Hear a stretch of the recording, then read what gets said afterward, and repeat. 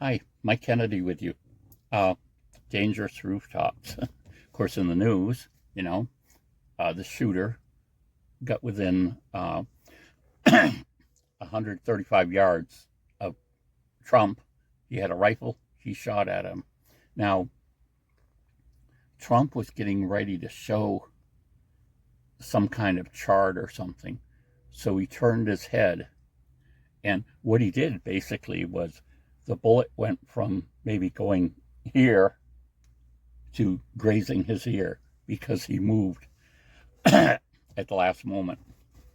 Now, of course, uh, this was a major failure of the Secret Service people, and they're looking for people to blame and things like that. But uh, one of the things uh, came out that the roof where the shooter was, they didn't position Secret Service there because the roof was slanting and it was a safety concern. And it's like, wait a second, that makes no sense at all.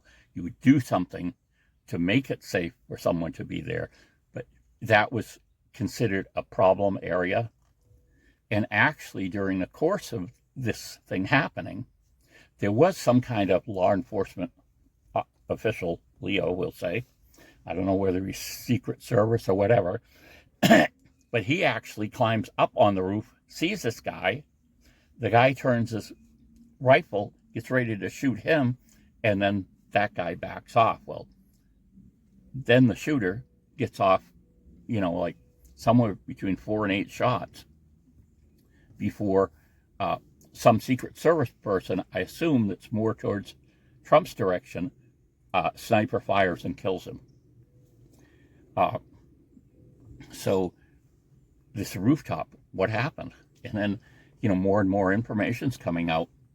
Well, technically, the Secret Service knew he was there 26 minutes before. Now, that was one person. Somehow it didn't get communicated right, whatever. But when we look back at major things, you know, it almost always seems that something in the chain broke down. Okay, they knew 26 minutes ago this was a problem.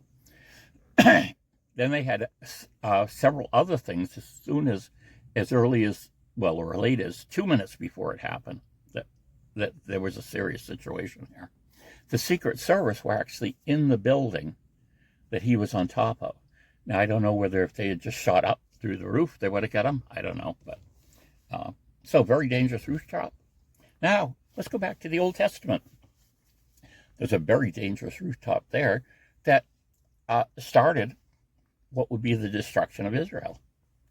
So, kings, King David, you go out to battle. It's what some things kings just did.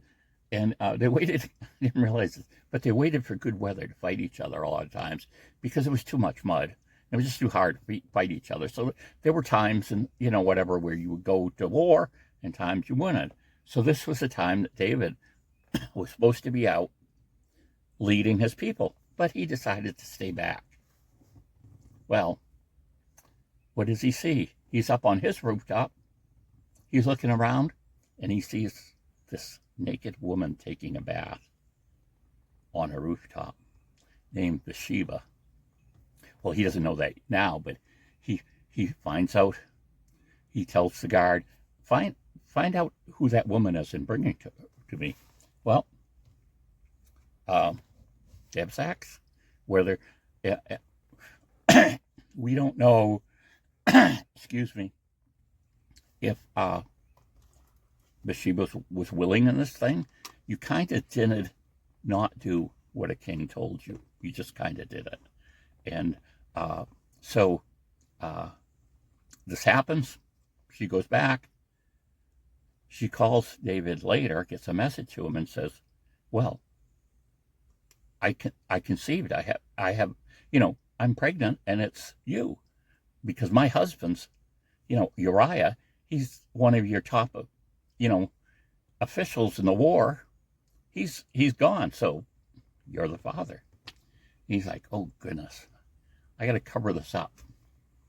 So he sends for Uriah, And oh, how's the battle going? I called you back so you could give me a report. And he's like, oh, yeah, yeah. And he says, well, why don't you go home and you can go back to the war tomorrow?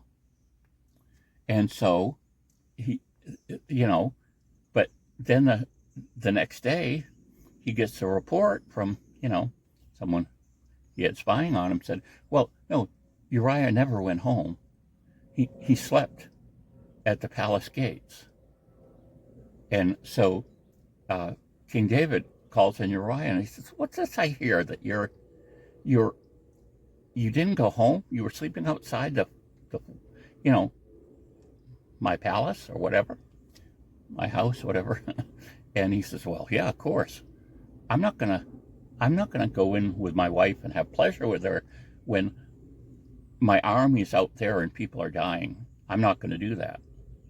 And he's like, oh, David's like, oh, well, anyway, he says, oh, fine, I understand. But could you stay one more day? We're gonna have a banquet and I want to invite you type thing. And he does, and he gets Uriah drunk. And then he tells Uriah at some point, well, get out of here, go home. You've had too much to drink, or something like that. So, but then again, the report comes back that, no, he didn't go home. He stopped right outside where his property is, and he slept on the ground there. He didn't go in to his wife. And so he's like, hey, what am I going to do? So he sends Uriah back. Then he says, wait a second. Again, orders from kings were obeyed. No one looked at them and said, this doesn't seem right. But he sends a message to some of the other people and says, get Uriah in a compromising position and then pull back. So they do it, and of course Uriah is killed. And he thinks that, wow, that's good, I covered it up. It's like, why did he forget about God during this period? He talks to God, God talks to him, God anointed him king. All of these things he's seen God work over and over and over in his life. And he just totally, during this episode, dismisses the fact that God sees everything. And so Nathan the prophet comes in. Now, you didn't usually tell kings they were doing wrong things, but the prophets could do it. And a lot of them died for doing it, or telling the country something they didn't want to hear. But so Nathan goes in and says, I have to tell you about this case. I want you to decide on this case, which was, back then you would go to an official and it wasn't a jury trial. It was just what, this judge, this ruler, this king would decide is the right thing. He says, well, there's this guy and he had this sheep and he treated the sheep like a kid, like his own child. And, he would feed him from scraps from his table. And sometimes the sheep would even come into the house, which sounds crazy, but that back then might not have been so crazy. And sometimes the sheep would even sleep with him, he says, well, then there was his next door neighbor who had, 100 sheep, and all of this had company coming. And so rather than kill one of his own sheep, he went and killed this guy's sheep and used that. And King David says, that guy should die for that. He's got to be made to be paid. And Nathan looks back at him and says, you're the man. That man is you. That's where the title for that group comes from. But that idea that he kind of tricked King David into coming out already and saying what should happen. And of course, then King David repents. But Nathan tells him the sword's never going to depart from your house. And, he marries Bathsheba. The child that's actually happened with that, sin of adultery, the child dies. But then another child is born who's going to be King Solomon. And King Solomon's like the wisest man in world that has ever lived or ever will live, supposedly the story is. And he's marrying women like crazy. He's got like a total of 1,000 wives and concubines. Concubines were kind of, I don't know, I don't know what we would call them nowadays, but they're kind of like, I don't know, sex slaves maybe? I don't know what, but they had to be faithful to the king. The king didn't have to be faithful to them, uh, because he had all these other women. So, and he also was getting horses and building up this huge army. Specific things that Nathan the prophet had told kings not to do. He's doing them all. So he's like the wisest man. He gets all this enormous wealth. And people are even coming to him, giving him money and stuff and treasures, because back then it was all about tribute. You would conquer a country just so you could use them as slaves to produce something that you wanted. We might call it taxing them to death or something, but back then, so countries sometimes would just come to the person and say, "Hey, look at all these neat things I'm giving to you," and kind of, the meaning is, well, you don't really have to come and conquer us because we're, please accept this bribe to leave us alone. So, but he marries all these women, and a high percentage of them are foreign women. In other words, he's broken the one of the commands that he's only supposed to marry other Jewish people. He isn't supposed to marry, people from Egypt or people from this country or that country, because eventually what happens is he starts yielding to a particular wife about allowing her God to be worshipped.